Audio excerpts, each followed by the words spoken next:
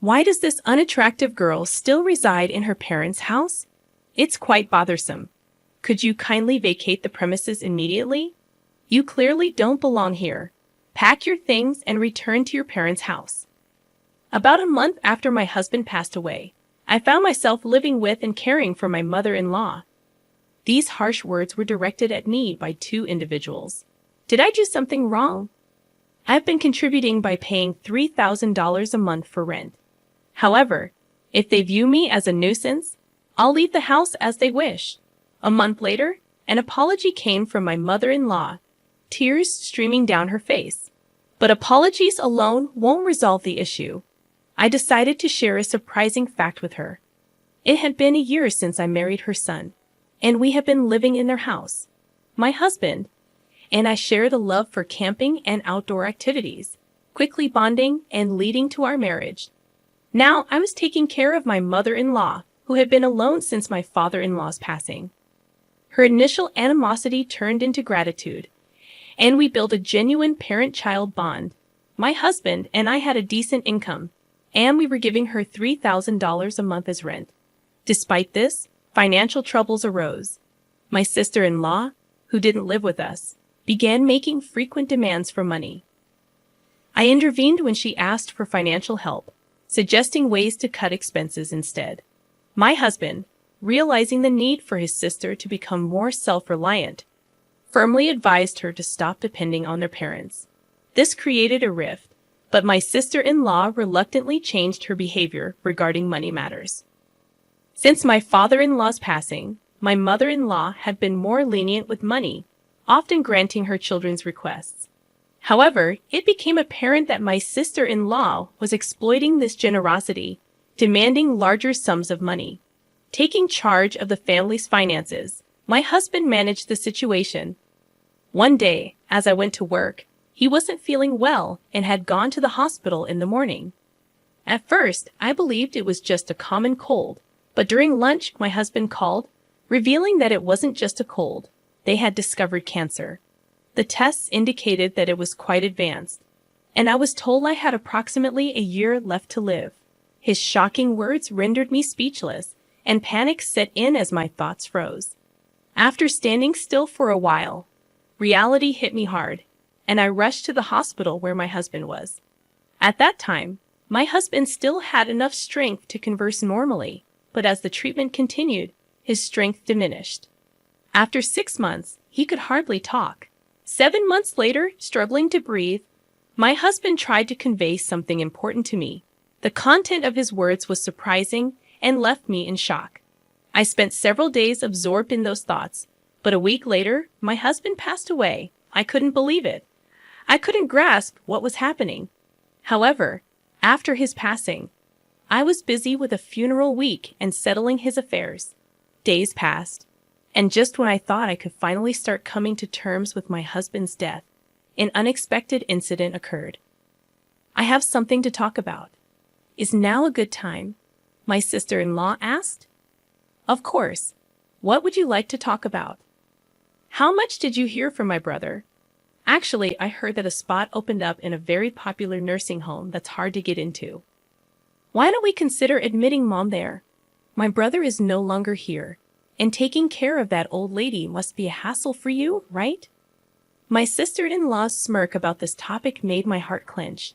To bring up such a topic right after my husband's death, but looking into her eyes, I could tell she was serious. This house is too big for just that old woman. Don't you think it's a waste if my family and I live here? You can live alone without any worries. I think it's the best choice for everyone. While my sister-in-law didn't say it explicitly, her remarks gave the impression that she had been eagerly awaiting my husband's death. The way she trivialized my husband's death and her disdainful attitude towards my mother-in-law, I couldn't tolerate it anymore. I appreciate your suggestion, but I have no intention of doing such a thing. I plan to continue living with my mother-in-law, taking my husband's place. When I firmly declined, my sister-in-law left the house in a bad mood.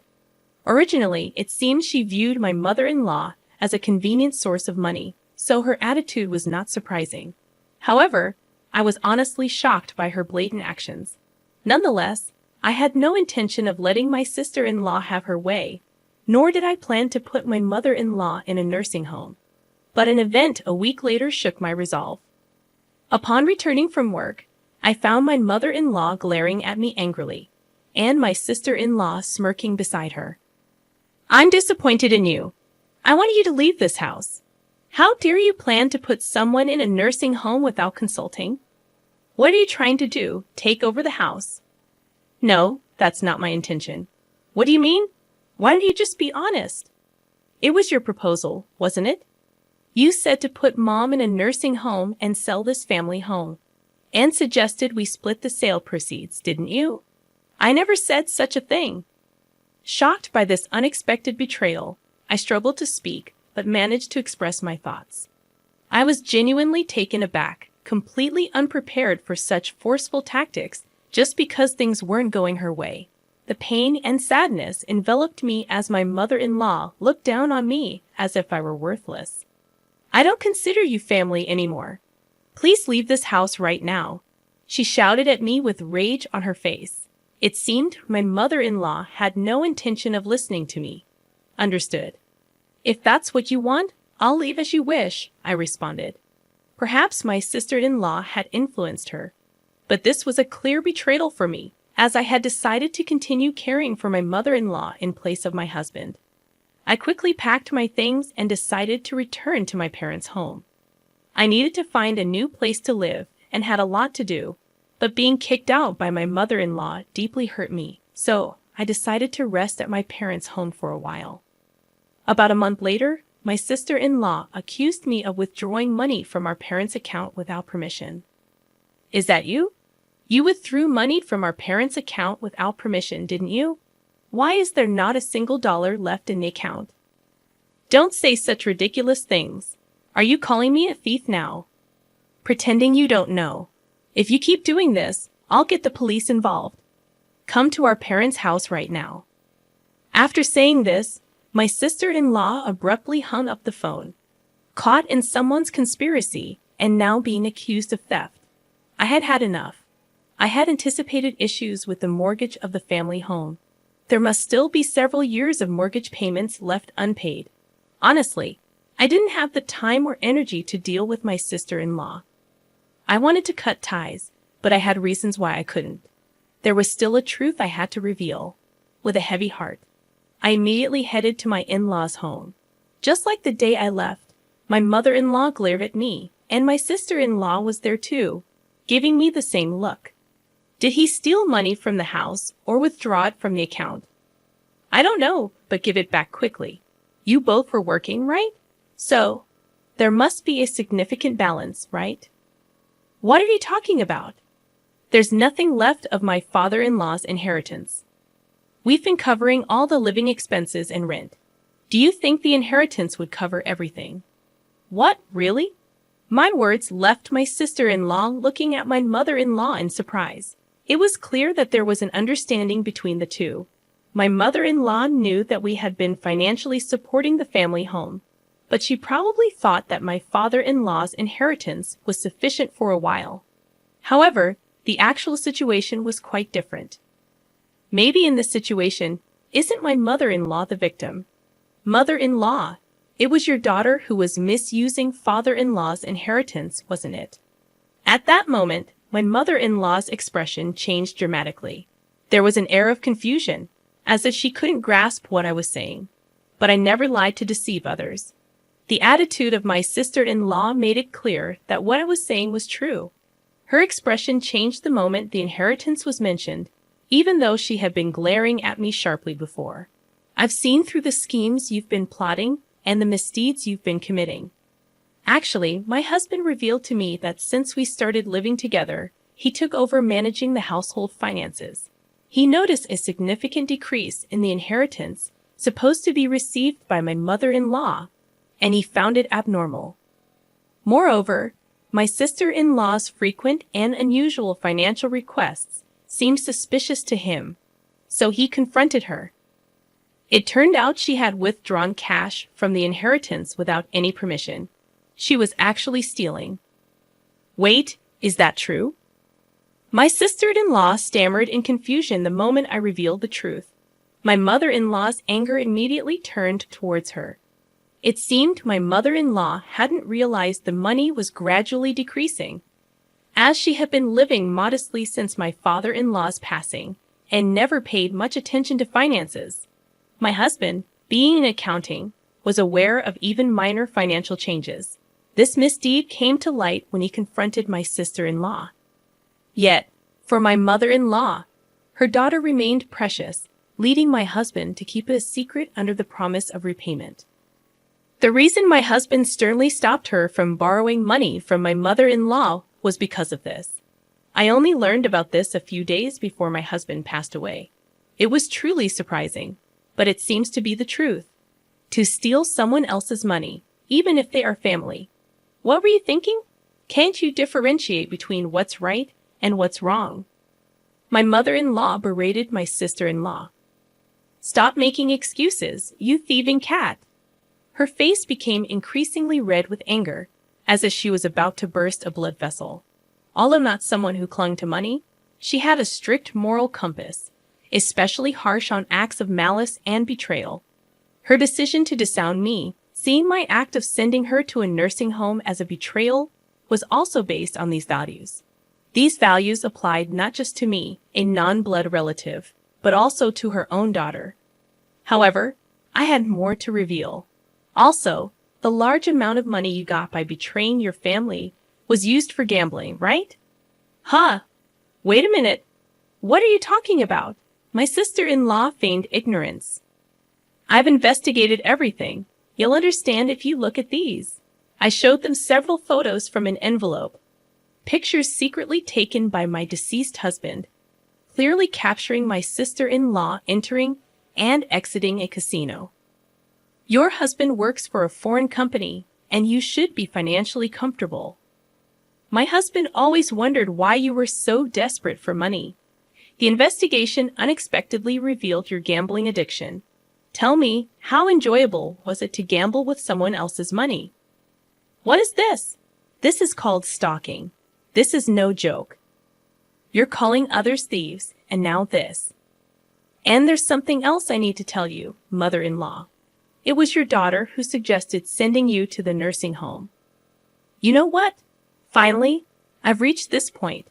It's time to reveal everything and then bring this to a close. My sister-in-law's true nature, previously unnoticed, was revealed through this incident. This should make my mother-in-law realize that blaming me was a mistake. Additionally, my mother-in-law was also manipulated by my sister-in-law's schemes. With the truth out, she should understand my position. I'm not sure if this will be conclusive evidence, but I want you to see this, I said, presenting my mother-in-law with the text messages between me and my sister-in-law. The history showed my sister-in-law sending me numerous links and nursing home suggestions, serving as evidence of her scheming. Were you really planning to abandon your own mother? That's not it. It's all a misunderstanding. Please just listen to my side of the story. My sister-in-law pleaded. It seems you plan to kick my mother-in-law out and live here with your family, right? This house isn't that old. It's still perfectly livable. Who was it that was thinking only of themselves, trying to take everything? Can you think about it calmly for a moment? As I spoke, my mother-in-law seemed to grasp the situation. She then looked at me sadly, as if she knew what she did was wrong, and turned her angry voice towards my sister-in-law. How selfish can you be to repay kindness with betrayal after all this time thinking of you as family? How do you see me? Don't mock me. Wait, just listen. There's a huge reason for this. At that moment, a loud noise echoed from the hallway, and footsteps followed as my sister-in-law's husband entered the room. Sorry I'm late. Got caught in traffic. It's okay. Oh, mother-in-law, I hadn't told you yet, but I asked him to come. I left the house key open so he could enter any time. Surprised by the sudden appearance of my sister-in-law's husband, both were taken aback. I explained the situation, and they quickly understood this issue wasn't just between me and my mother-in-law. It also affected my sister-in-law's husband. My sister-in-law's husband could easily access his salary and savings, raising further suspicions as she had been embezzling my mother-in-law's money. I had spoken to him in advance and arranged for him to hear the conversation via phone. I've been listening from the start. Enough with the excuses. Just admit your mistakes already. That's despicable. But what you've done is a serious crime. I was shocked when I checked the bank account earlier. It was a big mistake to let you manage our finances. The atmosphere froze in an eerie silence due to the incredible anger of my sister-in-law's husband. Having said all I wanted to say, I decided not to intervene further and just silently watched my sister-in-law's husband lecture her. His reprimands were so intense that it made me tremble just watching, but I didn't feel bad for her at all. I only thought about ensuring she repays the money, and that she shouldn't assume this would be the end of it. The lecturing continued for a while, and eventually, she knelt down to apologize to both me and my mother-in-law before leaving. According to my sister-in-law's husband, he had left the management of their household finances entirely to her, thinking they were saving and increasing their savings by cutting back on expenses. However, it turned out she was gambling away all the money saved. As her gambling intensified, she eventually incurred debts on her credit cards and began stealing money from my mother-in-law to pay it off. The total amount she owes from various sources is now more than what she has stolen from her husband and mother-in-law. Her husband, upon learning about this, decided to divorce her but plans to make her work to repay the full amount for the money she stole and the child support she misused. Until then, he had no intention of divorcing her and was constantly monitoring her behavior, hoping for her to change herself. It seems tough days are ahead for my sister-in-law. Later, my mother-in-law apologized to me for the misunderstanding, and we still meet for tea about once a month. Now that my husband has passed away, I want to maintain a good relationship with her. The mother